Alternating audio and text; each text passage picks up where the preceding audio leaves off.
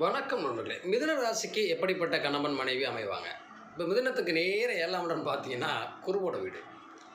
குருவை பொறுத்த நம்ம என்ன சொல்லுவோம்? ஸ்ட்ரைட் ஃபார்வர்டு, எதையுமே கரெக்டாக பேசக்கூடியவங்க அப்படின்னு சொல்லுவோம். ஆனால் அறிவானவங்க, புத்திசாலித்தனமானவங்க, நேர்மையாக இருக்குன்னு நினைக்கக்கூடியவங்க. ரெண்டாவது வீடு வாசல் எல்லாமே சுத்தமாக இருக்கணும், நல்ல நாகரிகமாக இருக்கணும்னு நினைக்கக்கூடியவங்க. ஆனால் தனக்கான மரியாதையை, கௌரவத்தை விட்டு கொடுக்க மாட்டாங்க. இதில்